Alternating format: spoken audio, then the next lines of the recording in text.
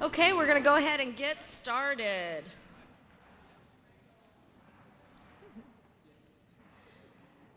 Okay, I'd like to welcome everyone to the Spring 2019 College of Education Diversity Forum. This year, this is a collaboration with the Elson S. Floyd Cultural Center, as well as the WSU Crimson Group. My name is Paula Groves-Price, and I'm the Associate Dean for Diversity and International Initiatives in the College of Education. And I'm also the Scholar in Residence here in our beautiful Elson S. Floyd Cultural Center.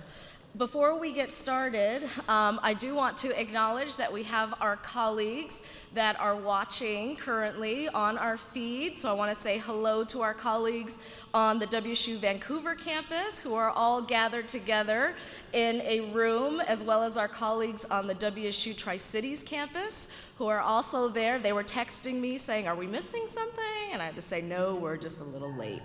As well as our WSU Spokane and our WSU Global Campus. So we very much appreciate everyone who is joining us through the live stream.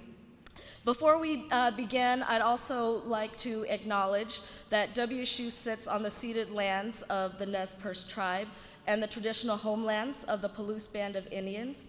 In the College of Education and also here in the Elson S. Floyd Cultural Center, we acknowledge their presence here since time immemorial and their continuing connection to the land and ancestors. What I'd now like to do is introduce the Dean of the College of Education, Dr. Michael Trevisan, for a few words of welcome. Great. Thank you, Paula, and thanks everybody for trucking out here in the snow and the ice. It's great to see you. I just met Duncan just a few minutes ago. I've been involved with children's books as a parent and now a grandparent for many, many years. And my wife is just a retired librarian at a children's elementary school in the next school district over. And so I've heard a lot about children's books and the nuances of them. And we've always thought connecting social justice or communicating social justice themes through children's books is just one fabulous idea. So I want to thank Duncan for being here, and all his books are up there, so we're going to be first in line to get autographs too after the presentation. So thank you, and I'm sure you're going to enjoy this.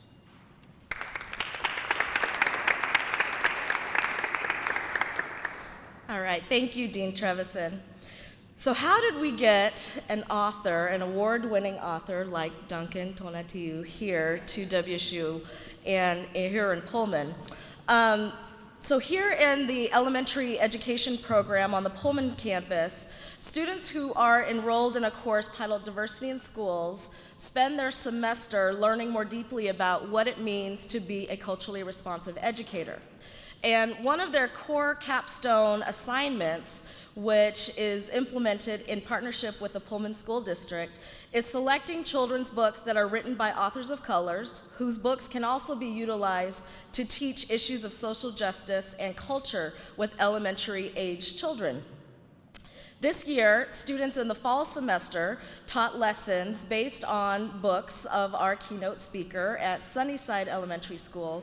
And this April, our current students who are enrolled in this course will also create lesson plans based off of his books and teach them in Franklin Elementary School. This project is a wonderful way for us to bring diversity and justice conversations to our community schools, diversify the classroom library. So one of the deals that we have with the Pullman School District is that whenever we have one of these lesson plans that's taught in the schools, our students gift the children's book to the classroom that they taught their lesson in. So we're also diversifying each and every classroom in the Pullman elementary schools. But it also provides our College of Education students real-life practice, facilitating multicultural lessons with children before they enter student teaching.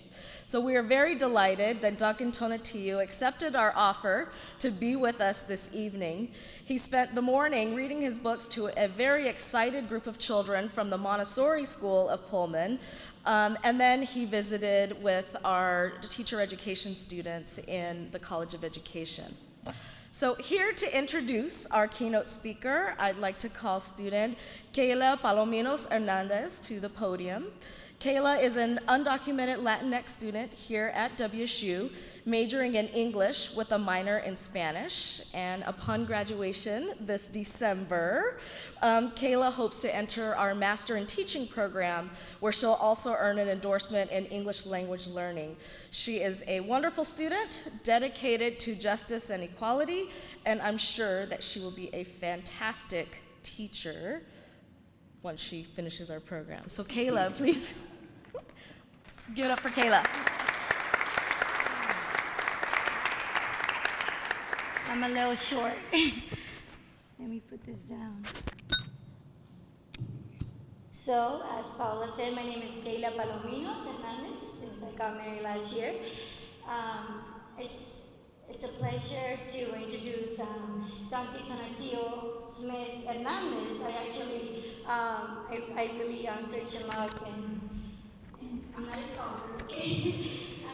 I'm privileged because, see, Duncan is writing a lot of books that I wish I read and saw myself represented growing up, right?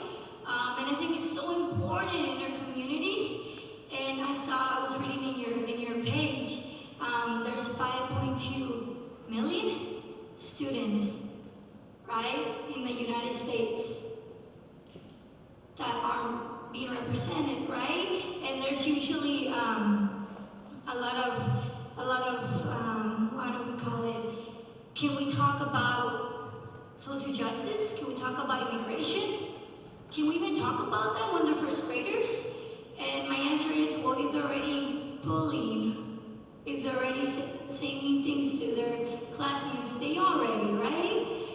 Students, youth, they're not just sponges, right?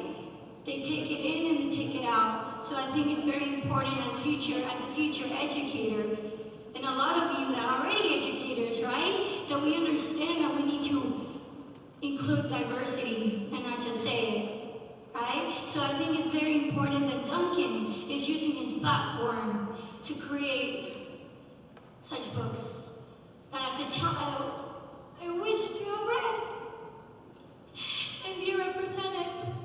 And one of your books, Petra Rabbit and the Coyote, I think it was that one that's very deep to my heart.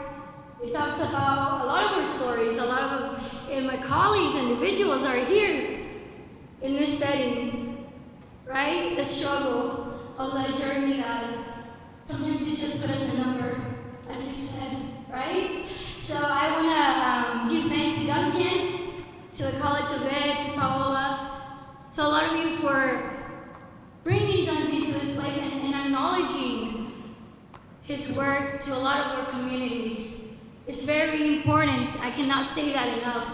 And as a future educator, we need more of that, right? And we need more allies, right? To do that for not just us, but to be there with us, right? So I want to welcome Duncan Tonatiuh Smith Hernandez.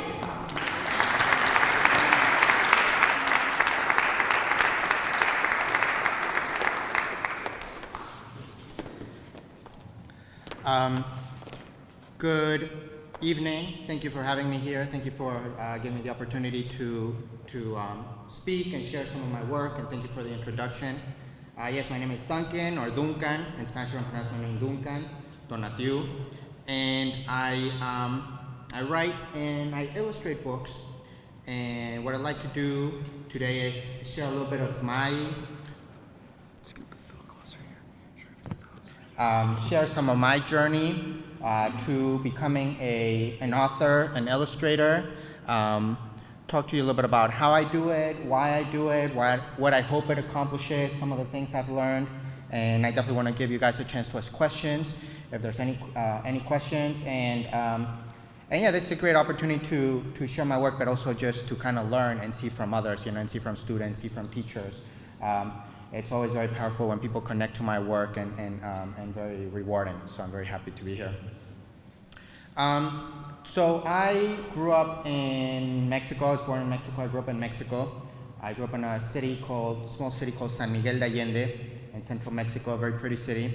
But my father's American. He's from the U.S., white, Anglo. He graduated in '69, I believe, and went down with his hippie buddies down to Mexico in a VW van. He was supposed to be there for like a couple weeks, but 50 years later, he's still in Mexico. And when I was in high school, I did a year of high school in my town in San Miguel, but I didn't like my high school. And so then I ended up coming to the U.S. I had family in the U.S., and I went to a school in Massachusetts and later on to a college, to design school in New York City. And I always liked writing. I liked drawing since I was in elementary school. For a while, I was born in Mexico City, but we moved to San Miguel when I was about 7, 8 years old.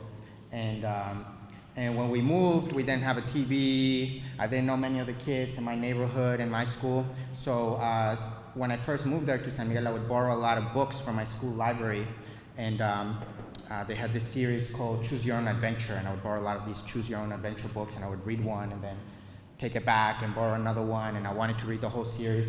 And because I liked reading a lot, I thought to myself, well, maybe I could write something. And whenever I had assignments in school that had to do with writing, I would often get very carried away. And it's just something that always kind of stayed with me, especially later on in high school. I went to a very arts-oriented high school, and later on in college, I took a lot of different writing classes, and it's always something that I wanted to pursue. But I was also always interested in drawing. One spring break, my cousins came to visit me, and they brought a stack of comic books like Spider-Man and X-Men, and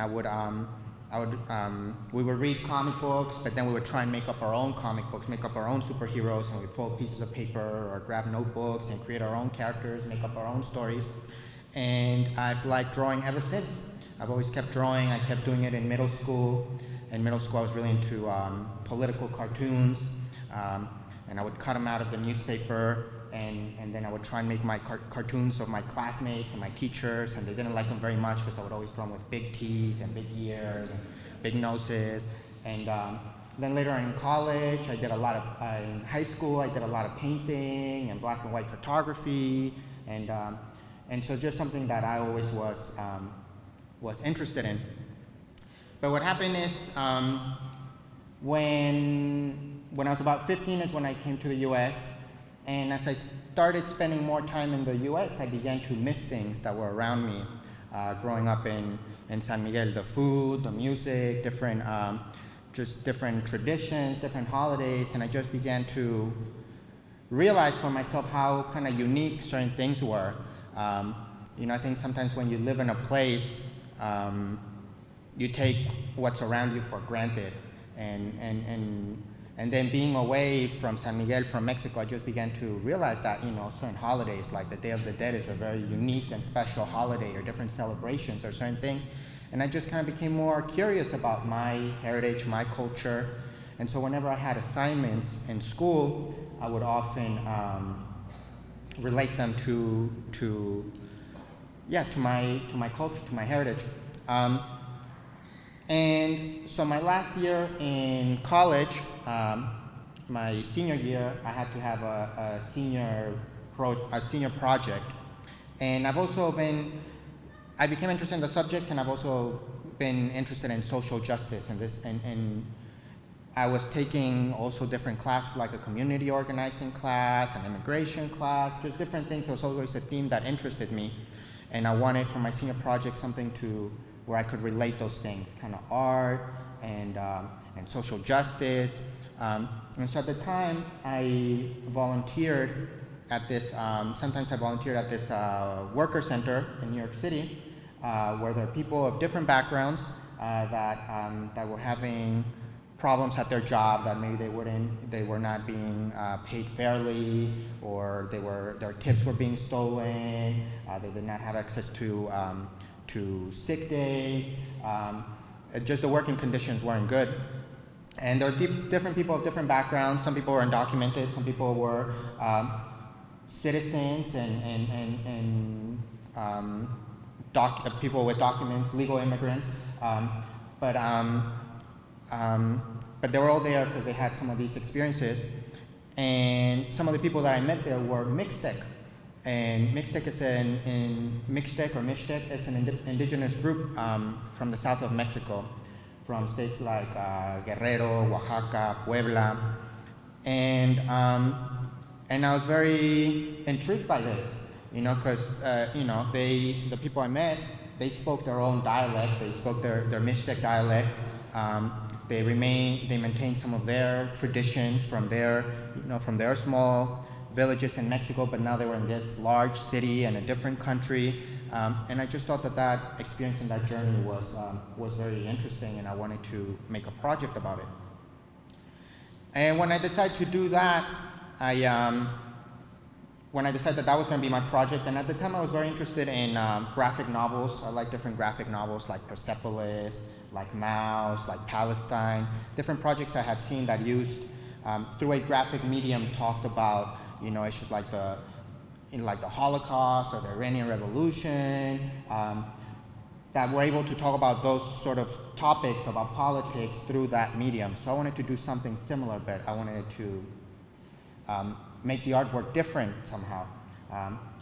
And so one of the first things I did when I decided that was going to be my project is go to my university's library and look up Mixtec artwork. And these were the kind of images I found. In books I found images of Mixtec codices. These are from books that were made about 500 years ago, 600 years ago. And the Mixtecs, there's modern day Mixtecs, but there were also a civilization like the Aztecs, like the Mayas that built pyramids, that had their own language. And they would make these books. And I had seen these kinds of images growing up in Mexico. Like I remember in my textbooks, when I was in elementary school, oftentimes on the cover you'd have a piece of, it would have an image of pre-Columbian art on it, maybe like the Aztec sun, or the Aztec calendar, the one with the sun sticking its tongue out like this. Or maybe in San Miguel, like there's a big crafts market, and sometimes you'll see different, they'll sell different crafts that look kind of like codex-like images. But I'd be lying if I said that I was always interested in that I've been drawing like that since I was a kid. When I was a kid, I was interested in comic books, later on in manga, and Japanese animation, and in high school I was interested in painters like Van Gogh and Egon Schiele. But it was until years of living in the United States, living away from Mexico, that I became more curious of this art and kind of saw it again. And when I saw it again, I just became very fascinated by it, and I decided that I wanted to make a modern day codex.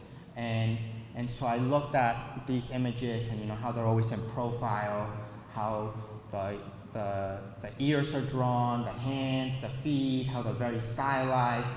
And I decided for my book to do, that I wanted to do something like that. So here are some images from how actually that turned out.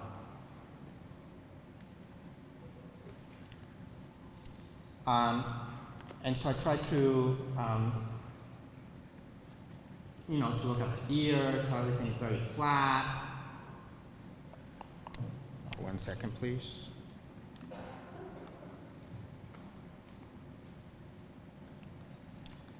And so here's the story. It's the story of Juan, which is inspired by some of the people that I met there at the Worker Center. And he came from Mexico. Well, he started working from when he was very young because his father passed away. He came to the U.S. before he turned 18.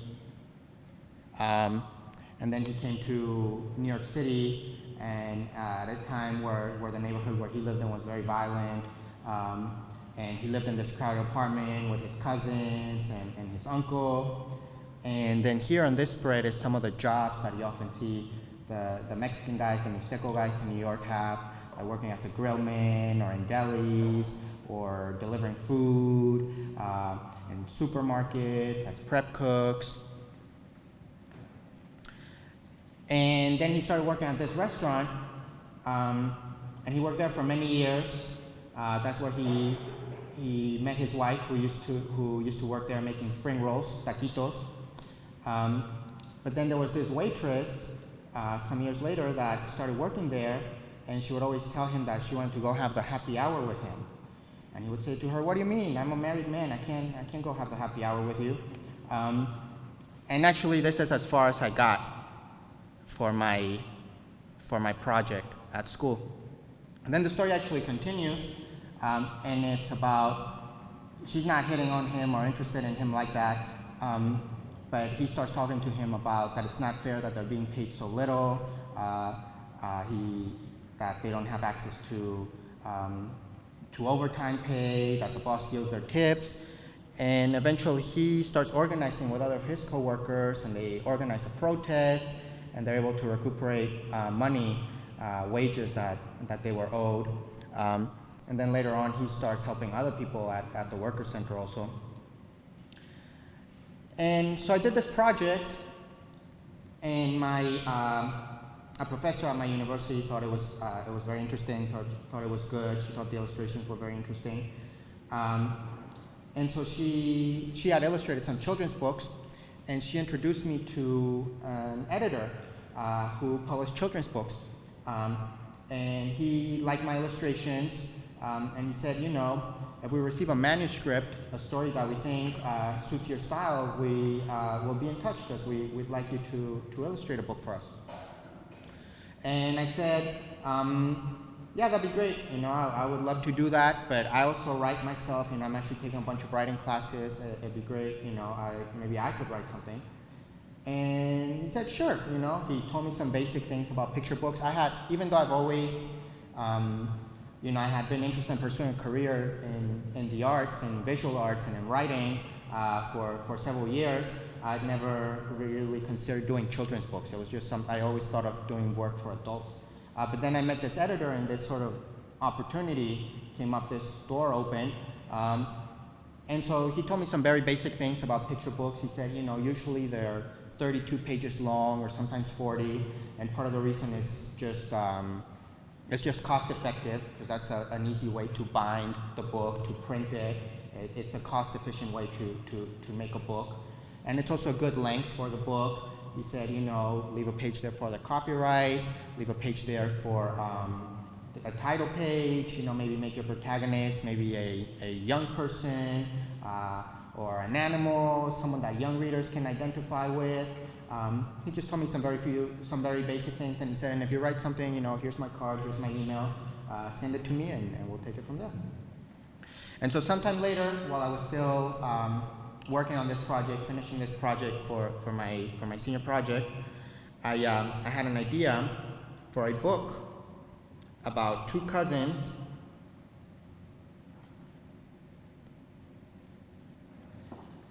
one that lives in a rural community in Mexico, and one that lives in an urban center in the United States.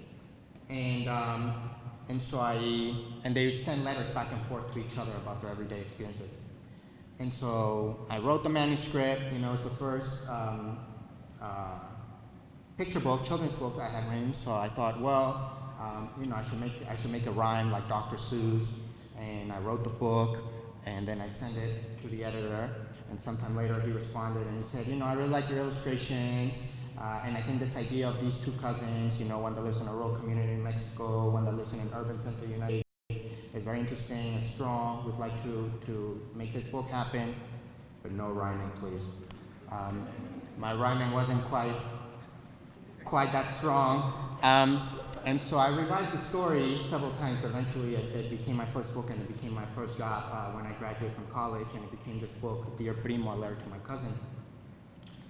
And, and in the story is these two cousins, Carlitos and Charlie, who send letters back and forth to each other and just talk about their everyday lives.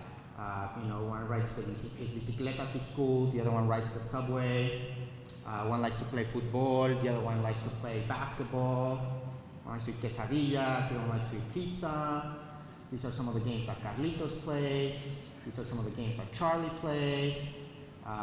Here's what they do when it gets hot. One goes to the mercado, the other one goes to the supermarket.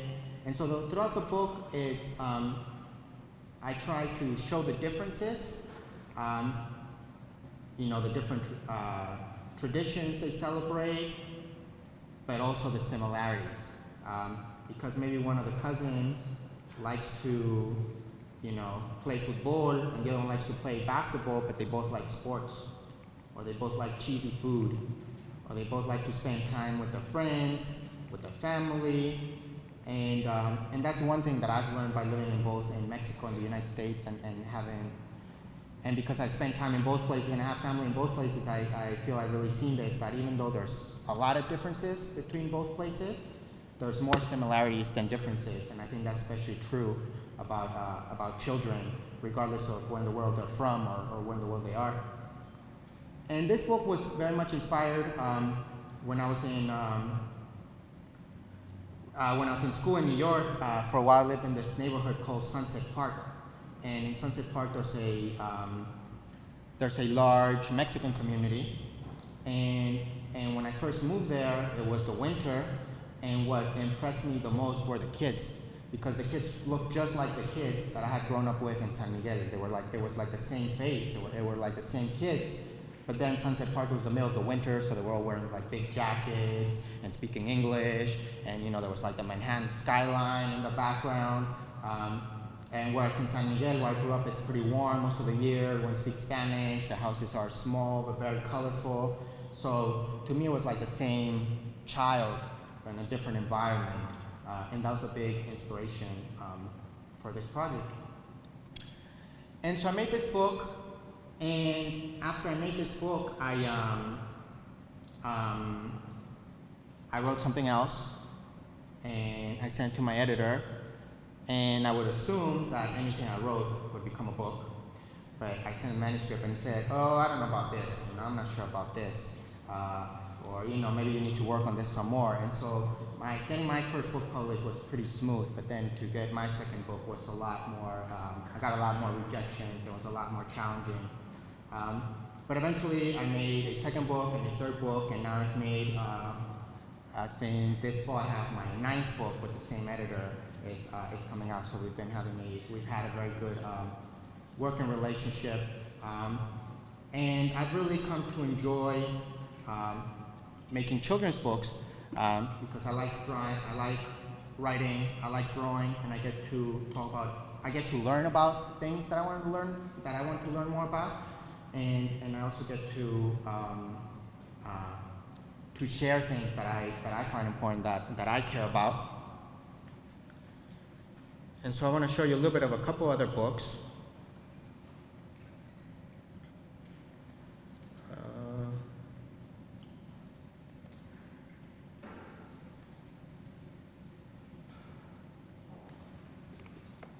This is the Pancho Raven de Coyote.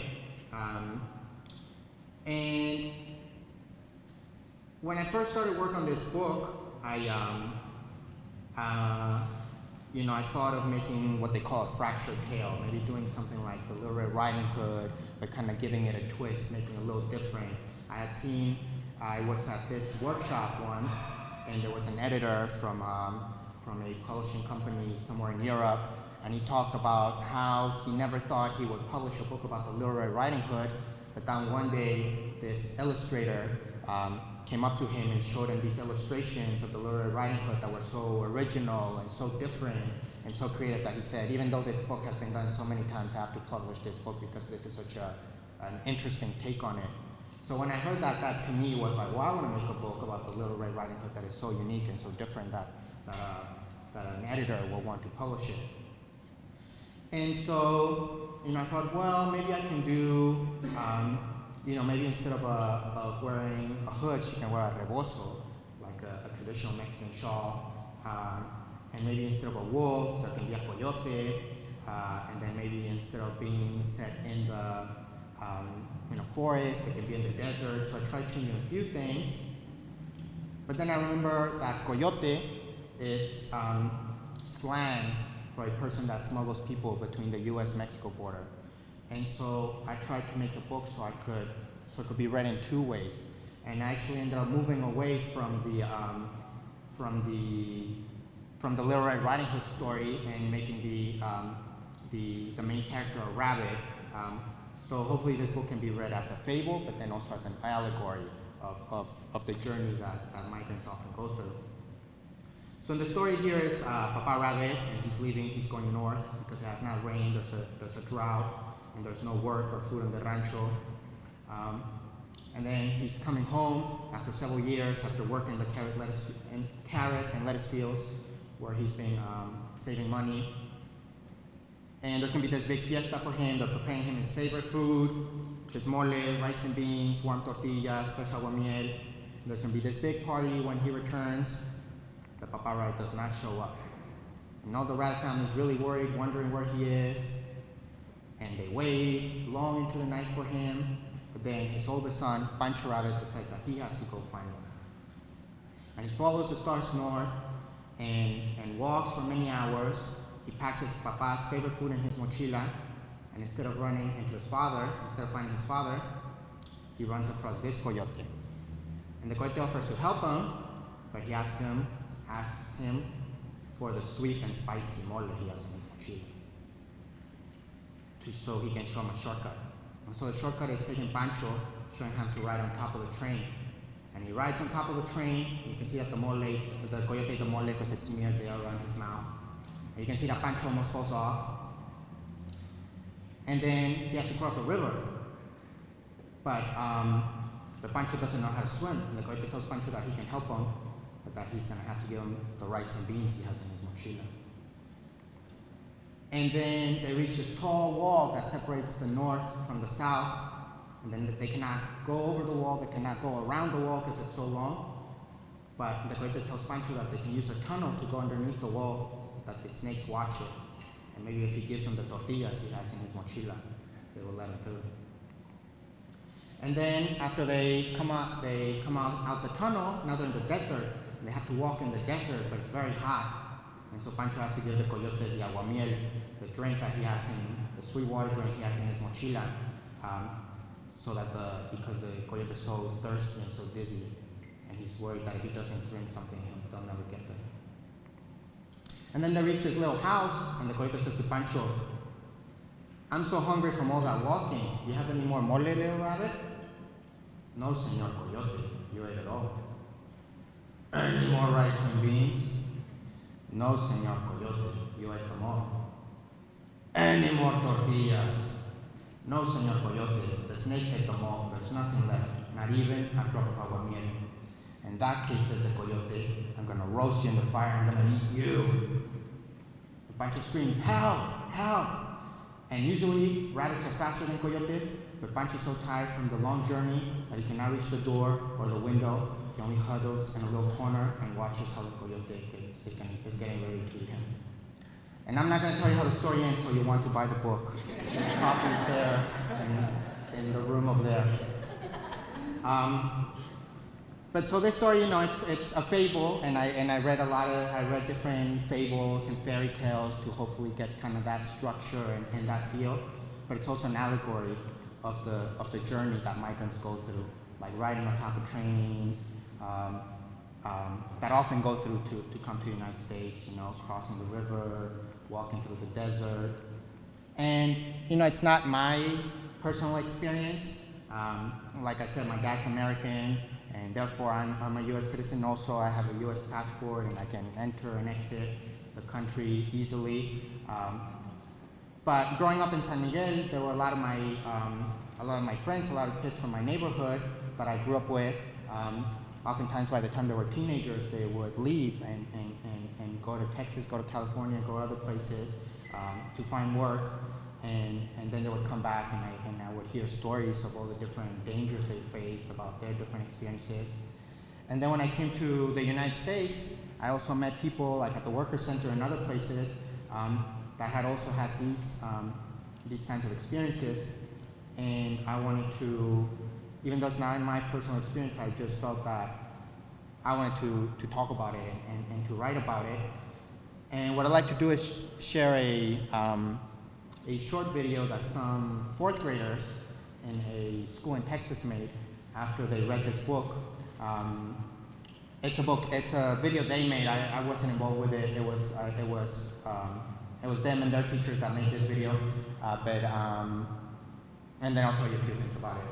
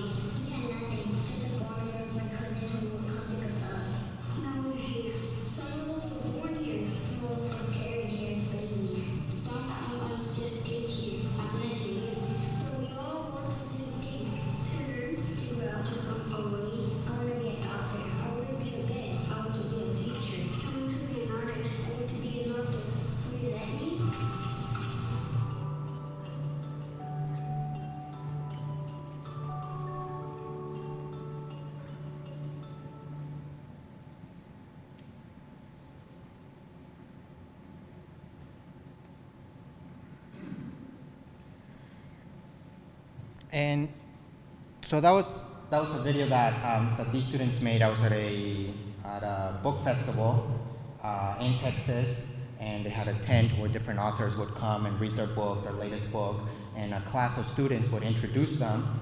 And so these students, they introduced me, they said, here's Mr. Tonatiuh, he's made this book, he's made that book, and now we want to share this video that we made inspired by, after we read Pancho Rabbit and the Coyote.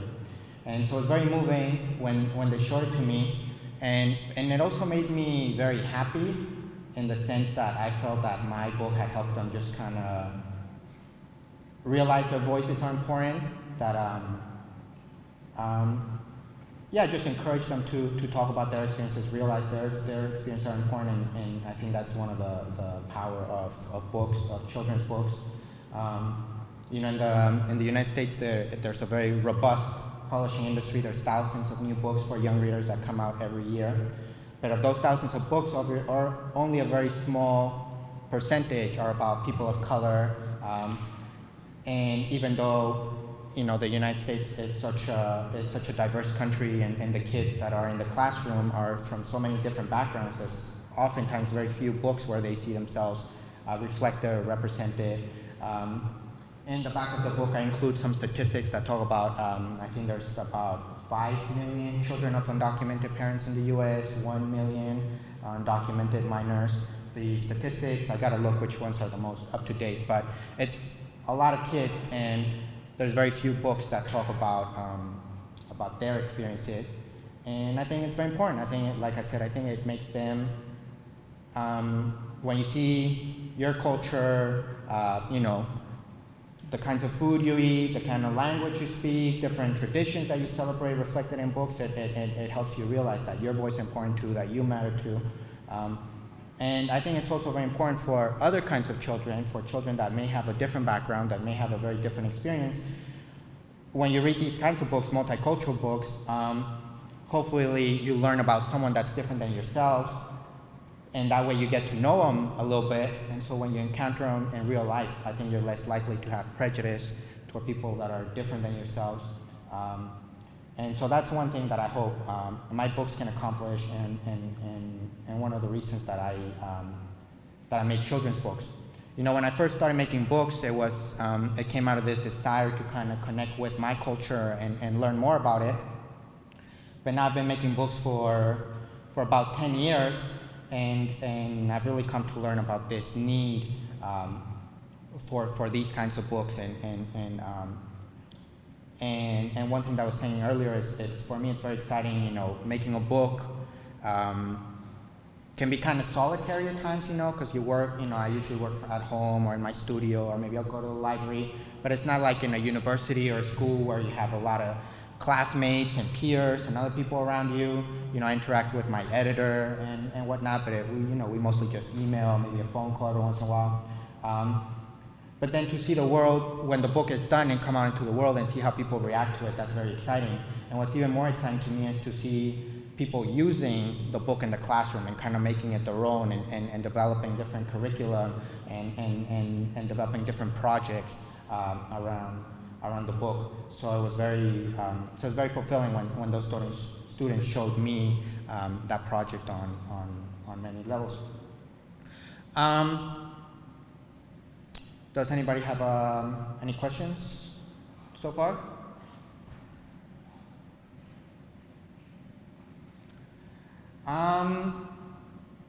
So what I'd like to do, I know some of you are, or maybe many of you are starting to be teachers, so I'd like to share with you a few resources of how this book and other books can be used in the classroom. And I know you're doing an assignment related to this, so I hope this is not counterproductive, but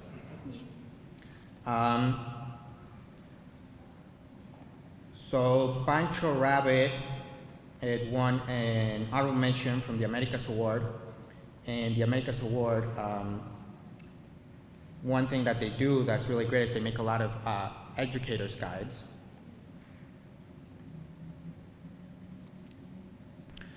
And so they made this very thorough guide for Pancho Rabbit and the Coyote. just talking about different ways of how you could create kind of like a unit with the book and how to relate it to different themes. So there's an overview there of the book, kind of relating it to Common Core standards. But then there's different plans and activities. And so, it's, for example, there's things of trying to relate it to fables and to an allegory. Sort of another option is kind of relating it to Mesoamerica, to the different cultures of Mesoamerica, and then to their art also, and to folk tales from pre-Columbian times. There's also things you can do related to the artwork, to the codices. And then there's, immigration, and talking about immigration. The same teacher that made the video, she's a wonderful teacher, and she created this unit, and she read Pancho and the Coyote with her students, and then she read other books, picture books and YA books that are about immigration, and then she tried to, think about who are the rabbits and who are the coyotes in these stories and why, and sort of developed a whole unit around this. And then here it has this wonderful list of just different complementary literature and film, other books that relate to it, very kind of just very thorough, and just a lot of different books that talk about this subject, so how you can kind of extend it. And the books, picture books, the books that I make, they're usually, they're most often used in elementary school. Picture book, part of the reason is that it's oftentimes for kids that are learning how to read or began reading recently, because maybe there's something, because they have images, they have illustrations in every page, and so maybe you can't figure out something in the page by looking at the drawings. You can kind of figure out what's going on. So that's usually the age group that is associated with picture books. But I think picture books can be used with all sorts of different age groups. And I think a book like Pancho and the Coyote or some of the other books that I've made, I think you can, I can serve as a discussion. I think you can start a discussion with elementary school students, with high school students. I think you can work with many different groups. One thing that I'd like to show you is a little bit of how I make my artwork. I talked of how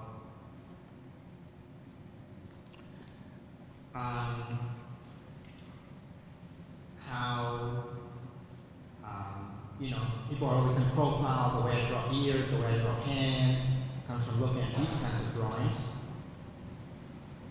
But then one thing that you may have noticed that I do differently is that there's some parts of the book that look very realistic. There's a lot of textures, like the sleeping bag here, or the jeans, the cobblestones. Different parts of the book look very realistic. And would you guys be interested in seeing how I do that? Yeah. Okay, I think some of you saw it earlier when I visited your class. But what I do is that I draw on a piece of paper, usually like a letter size, a notebook size piece of paper, with a pencil. And then once I like my drawing, I go over it with a pen. And then I scan my drawing. And I scan drawings, but I scan all sorts of things. And so I have here a folder with different textures that I've scanned. So for example, I have here this paper bag, just a paper bag that they gave me at the supermarket, put my groceries in. And then I use Photoshop. I use this old version of Photoshop that I've had for a long time. And then here I can select it. I can copy it. And I go back here to my drawing.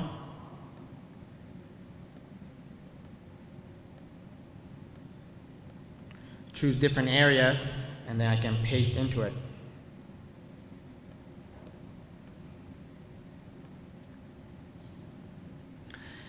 And so it's kind of like I grab that piece of paper, that piece of brown paper, and cut it, and then glue it on top of my image. But instead of using scissors and glue, I use the computer.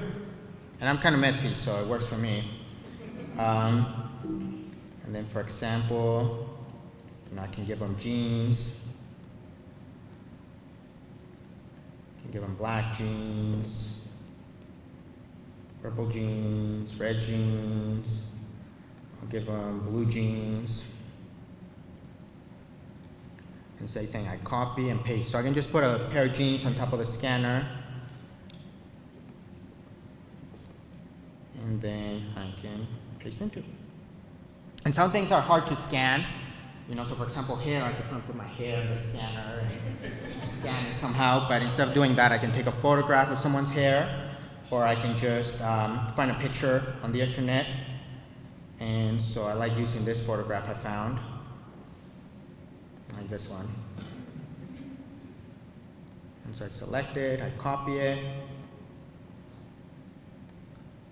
and then I paste into it. And it's a little small.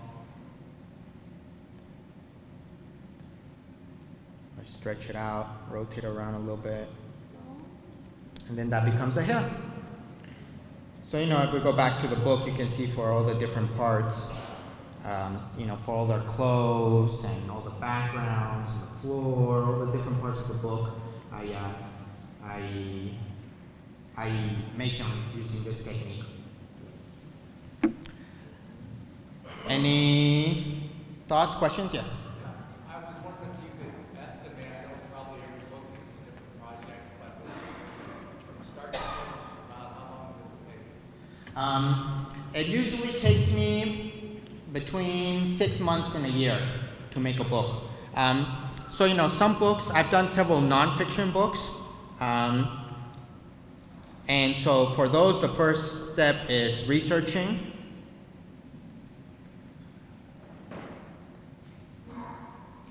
So for example, I did this book, Sylvia, Separatists Never Equal, about the Mendez family and a civil rights case that happened 7 years before Brown versus Board of Education, that had desegregated schools in California because Mexican American children were not allowed to go to school with white children. And this was true throughout the Southwest. And so I made this book. And so, for example, for this, you know, the first part was researching, was trying to learn as much about the case, reading different books. You know, I watched a documentary. I got to interview Sylvia Mendez, who's the main character in the book, and she's still alive today and travels a lot and talks about this case. And then after that, I write the story, and like that first time when I tried to be Dr. Seuss and it didn't quite work out, I always have to revise it, you know, several times.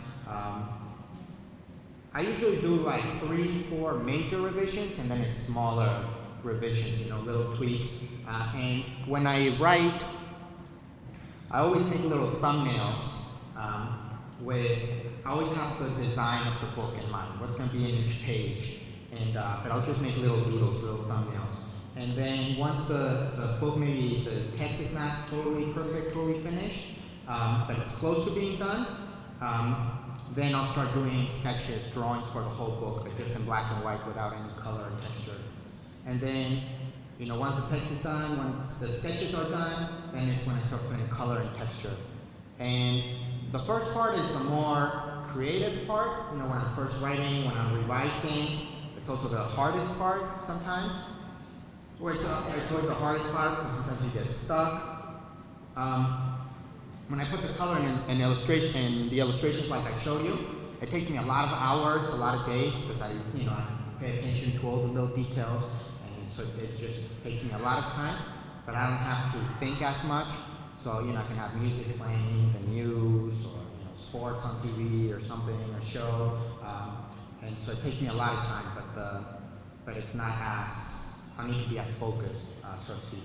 But so to do that for a book, it takes me at least 6 months, sometimes closer to a year. And then the book needs at least another 6 months for it to come out, you know, because it needs to get printed. They send advance review copies to different places. So from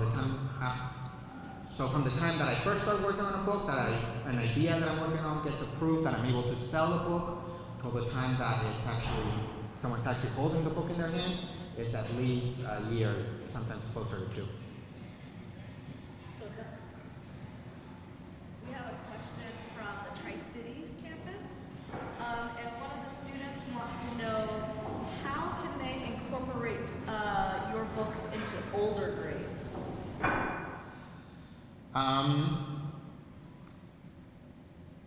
I mean, I think part of it is it can be like a discussion starter. You know, I think a book like Pancho and the Coyote, you can read that, and then that can lead into, you know, talking or reading other books that deal with immigration, or for example, this, you know, the Mendez case. I think, you know, it's a quick read, you know, but then I think it can serve as a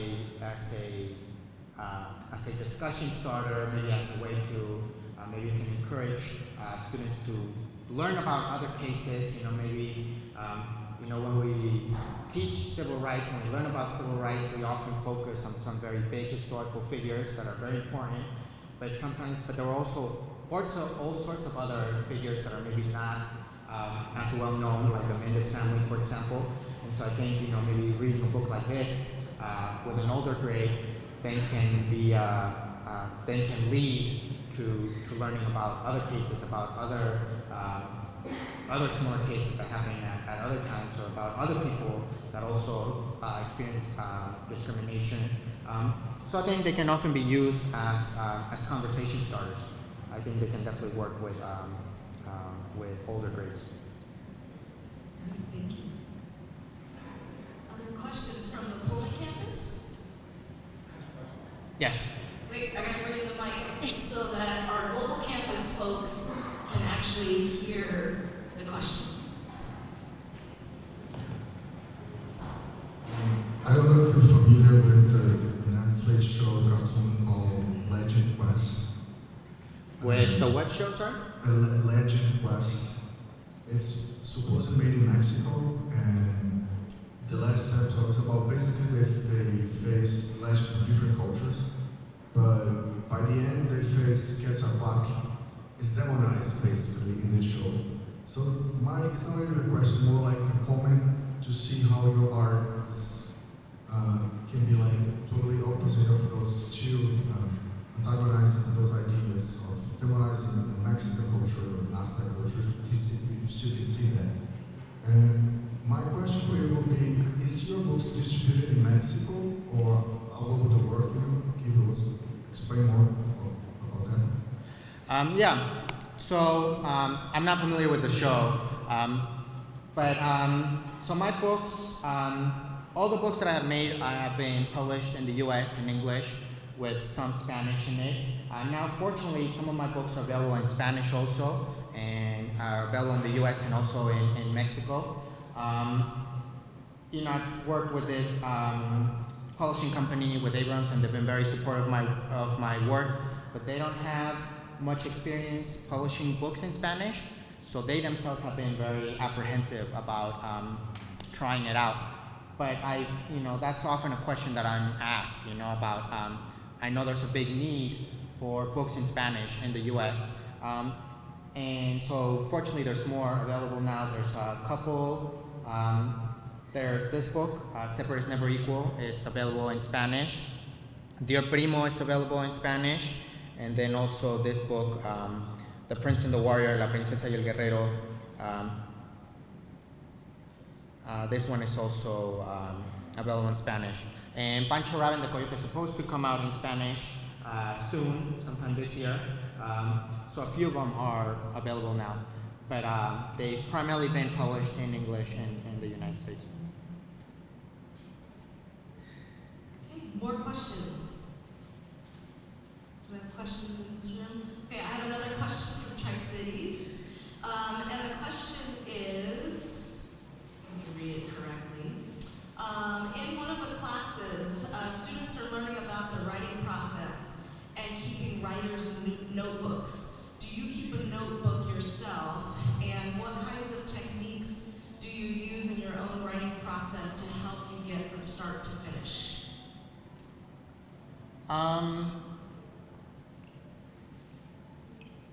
Well, one thing is, I mean, I can't stress the importance of reading. You know, I think as a writer, like I became interested in writing, a writer because of reading.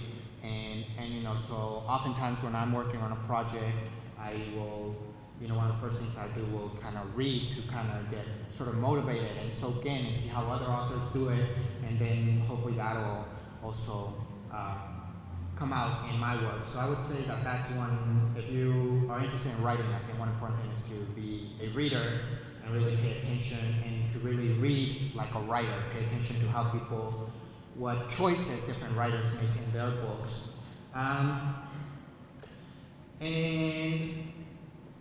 another thing, it's a book, I'm the author and illustrator, but like an editor and other people that publish the book really have, I really say it's a collaborative effort, Even though I know I'm the author and the illustrator, like I have a very good relationship with my editor, and I trust him. He's been doing it for many years, and he's published some very good books.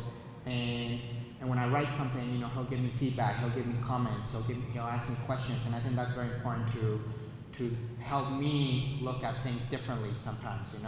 Like sometimes I'll write something and he'll like the idea, but I have to restructure the story, or I'll have to change something. So I think having an editor, or maybe having just a group of people that you revise work, someone else to look at your work can be very helpful, because sometimes when you do the work yourself, you get so attached to it or look at it with the same set of eyes that sometimes it's good to have a fresh view on it to kind of help make the work better. And and I guess it's kind of, I don't have like a writer's notebook per se, but whenever I have ideas, I'll try and write it down, and I'll have a list of different projects I'm interested in, and I'll have things that I have written that maybe I'll try and revisit at different times. But those are some suggestions I can give for people interested in writing. Thank you. Vancouver campus, just to give you, if you do have any questions, be sure to post them to the Global Campus chat. Any other questions here in Pullman? Don't be shy, because I have a mic. Okay, yes.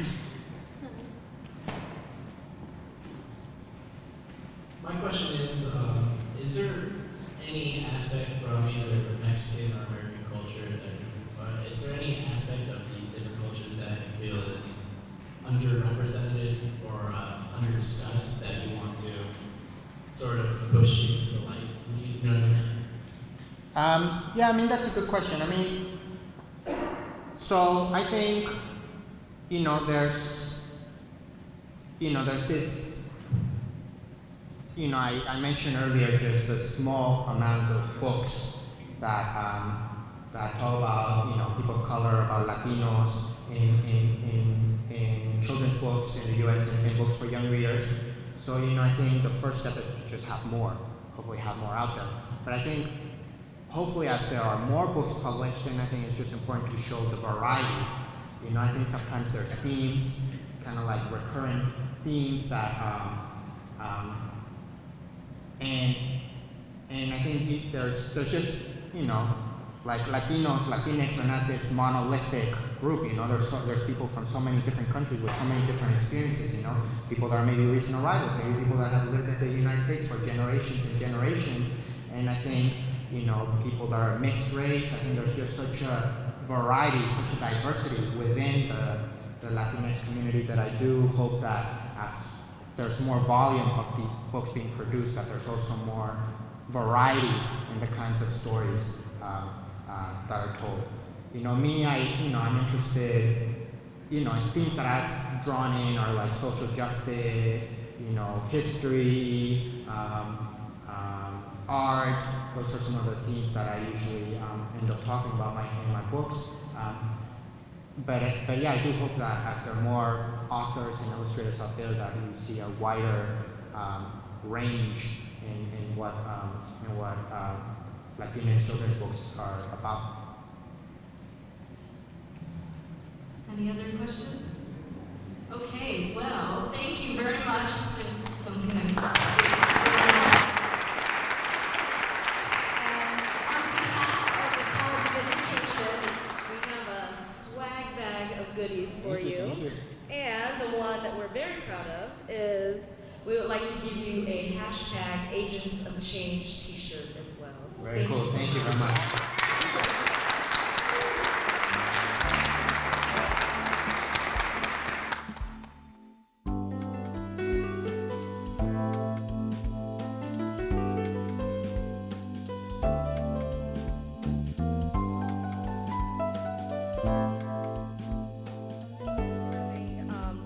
here, is that this is one of the first events where in this facility we are really utilizing our cultural kitchen in the way that we had originally intended for it to be utilized. And so I see some of our original members of the steering committee. I see Manuel, I see Lucy here. And so I'm sure that it will make them very happy to know that our cultural kitchen is being utilized. Our WSU Crimson group has been working really hard on preparing the food. They actually also prepared the pico de gallo that you may have been eating throughout our presentation, as well as the chips. And they've also been preparing more food that it will be available for us in just a second. As I mentioned earlier, the WSU Bookie is set up here in our Eagle and Serpent room, and so you will be able to purchase some of the books as well as get them signed. What I'd like to do is to call, is Venus here? Venus Perez? Yeah, Venus, come on up. She's going to talk to us a little bit about the Crimson Group because they are one of our great partners that really helped make this this night possible, particularly with our reception. And then Linda Vargas is going to, there she is going to tell us a little bit about the food. Hello, everybody. I didn't think I was going to be so nervous, so just bear with me. I would, first of all, like to thank everybody for being here, because I saw your book for the first time like a month ago.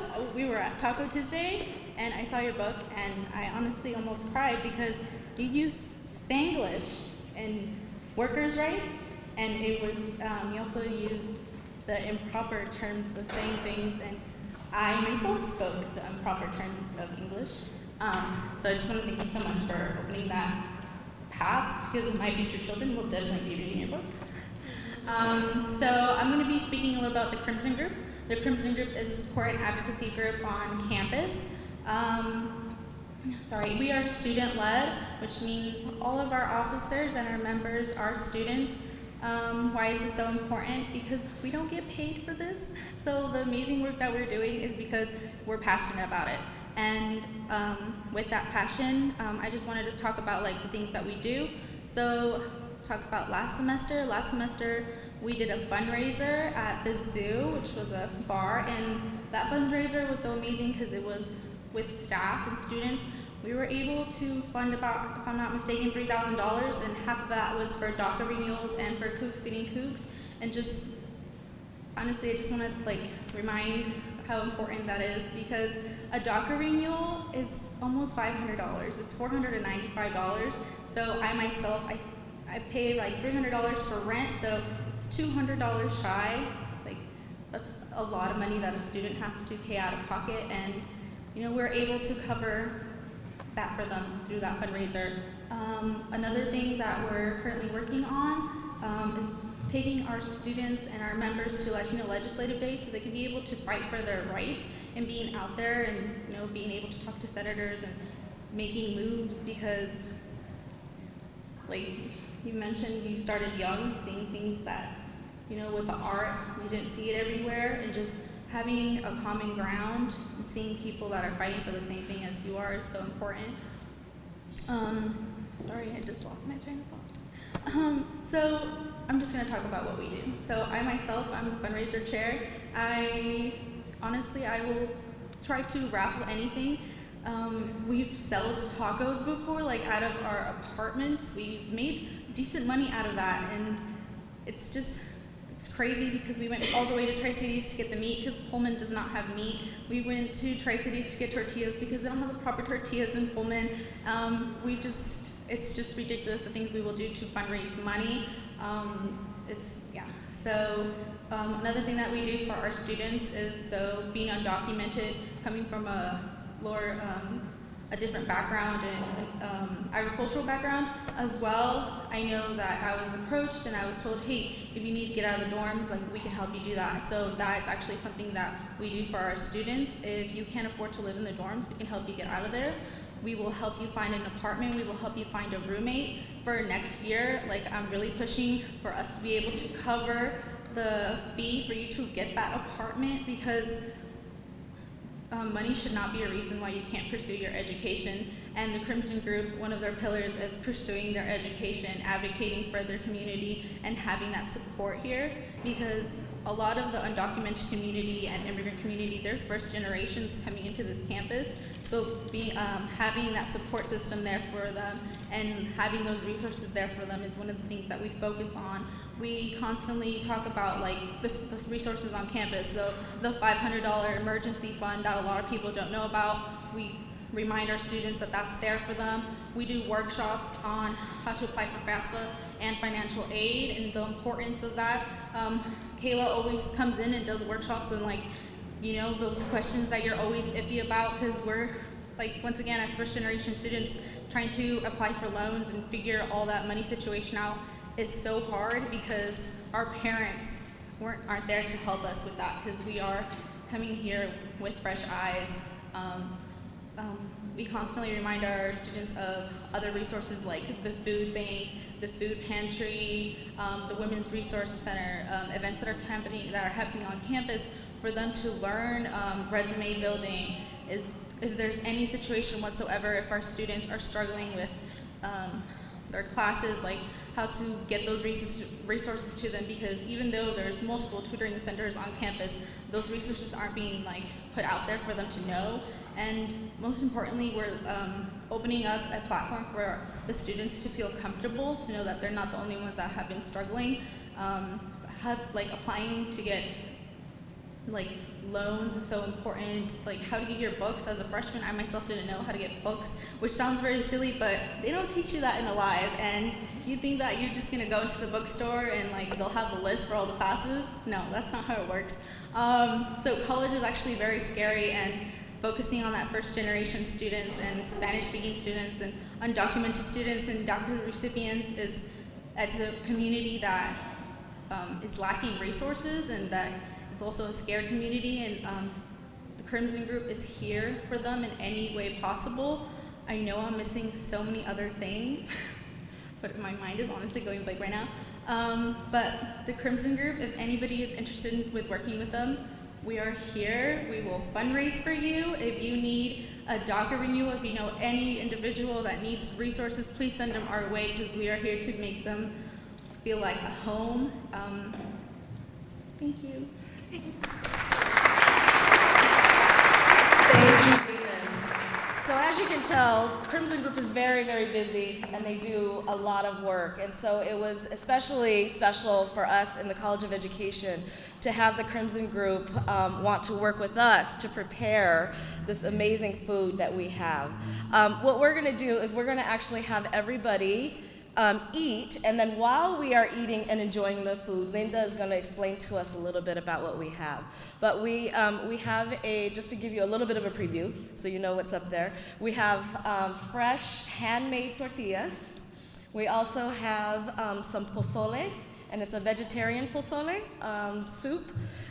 We also have an amazing flan. I had to be quality control, right? So I had to taste everything.